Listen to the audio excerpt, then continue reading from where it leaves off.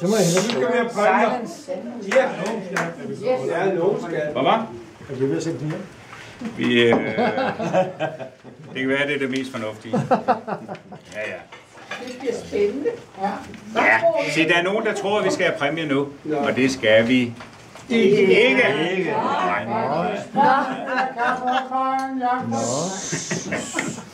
Det er meget, meget svært at holde samling på det her selskab. Det må jeg sige. Men jeg håber, I har nydt den dejlige mad. Vi skal have mere. Og ikke mindst selskabet. Ikke? Det er dejligt. Glimrende bordplan. Men vi har jo samlet vores lille troldmandsforening her i dag. Og måske har nogen bemærket, at vi jo har lidt mandefald. Der er 2 troldmænder, der ikke er med, Niels Erik og Jørgen. Og det er jo ærgerligt, og de har heller ikke deres fruer repræsenteret. Men desværre. Så meningen er jo, at vi helst alle sammen skal være til stede. Så det bliver en lille opgave for den kommende præsident her i næste sæson. Men sådan er det.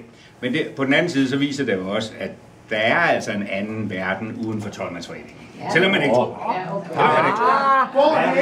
Hvorhenne? Ja, hvad er det for en? Men jeg synes også lige, at vi har nogen, vi skal byde velkommen. Fordi vi har jo 2 personer med i aften her, som er med for første gang til sådan en dame-spilledag. Ikke? Og det er jo Sanny og Eivind. Og jeg vil sige, det er jo Eivind, der har stået på bordplanen. Og jeg vil sige, jeg er dybt imponeret, at du turde sætte din kone ved siden af Claus.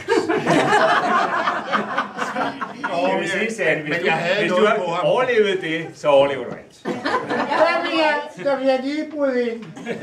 Igen, det har jeg også regnet med. Eivind kone sagde, jeg vil kun være med.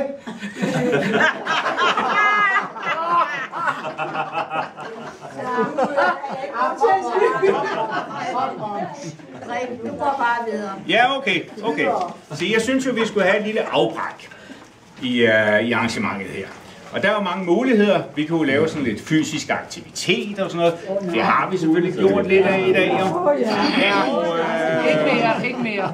Vi kunne også synge en sang eller sådan noget. Nu vil jeg sige, det der med sang. Jeg har jo hørt, når troldmændene bryder ud i sang. Og det er absolut ikke prangende.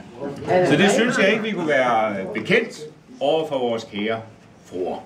Så det springer vi over. Så det bliver til en lille tale. Okay. Men jeg kunne godt tænke mig, i og med at vi har 2 nye med, selvom Bent for et års tid siden eller 2 egentlig fortalte lidt om historikken omkring troldmandsforeningen, så kunne jeg godt tænke mig lige at repetere den, fordi jeg kunne ikke engang huske, at Bent havde holdt talen. Så det er yderst Det kunne Bent heller ikke.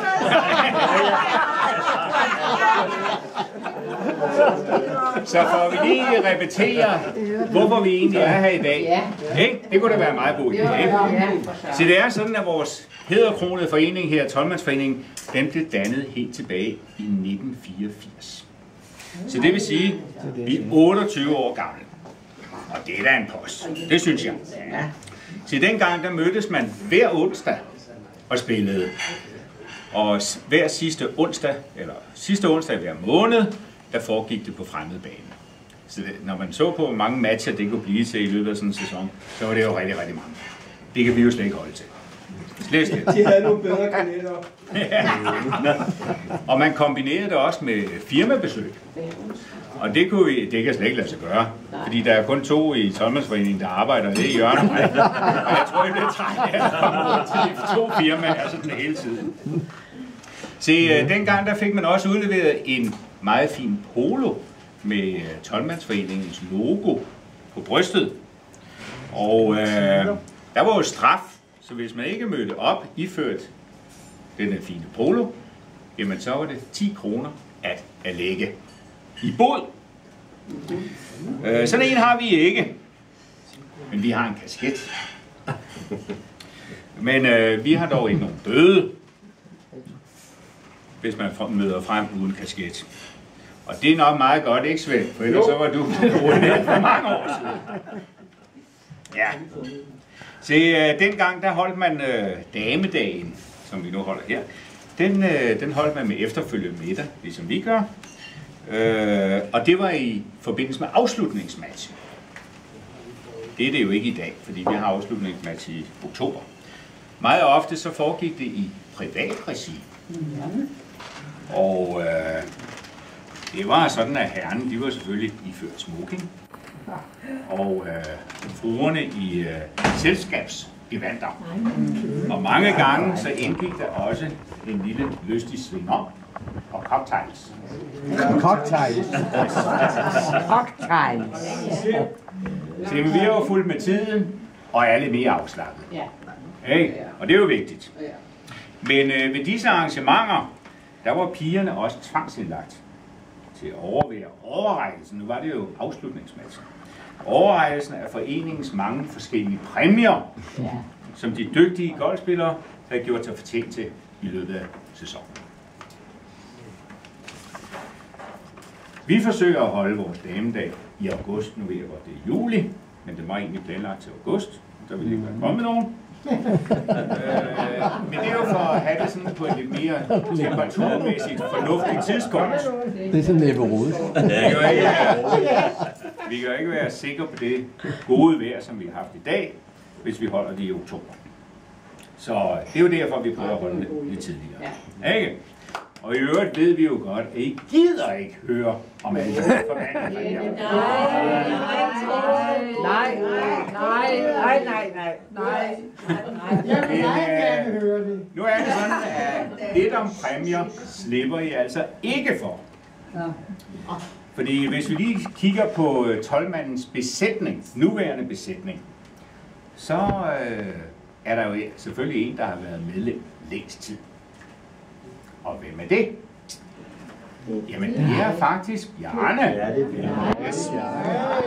Han har været med siden 1988. 24 år. Hvor mange gange har han Så det er 24 år. Det kommer jeg ikke tilbage til mig. Men noget jeg kommer tilbage til, det er, at til gengæld 24 år, til gengæld har Bjarne aldrig vundet pokalen. Det var da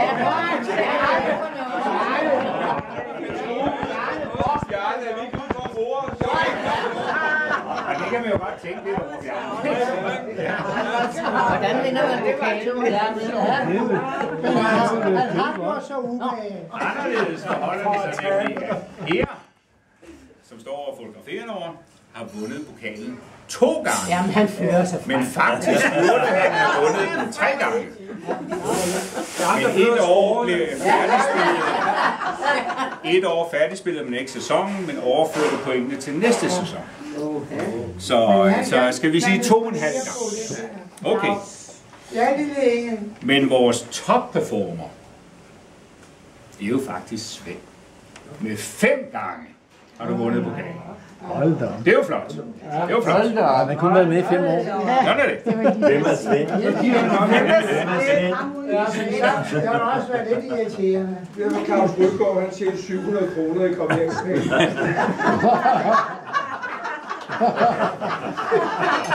Det er derfor, jeg har holdt op.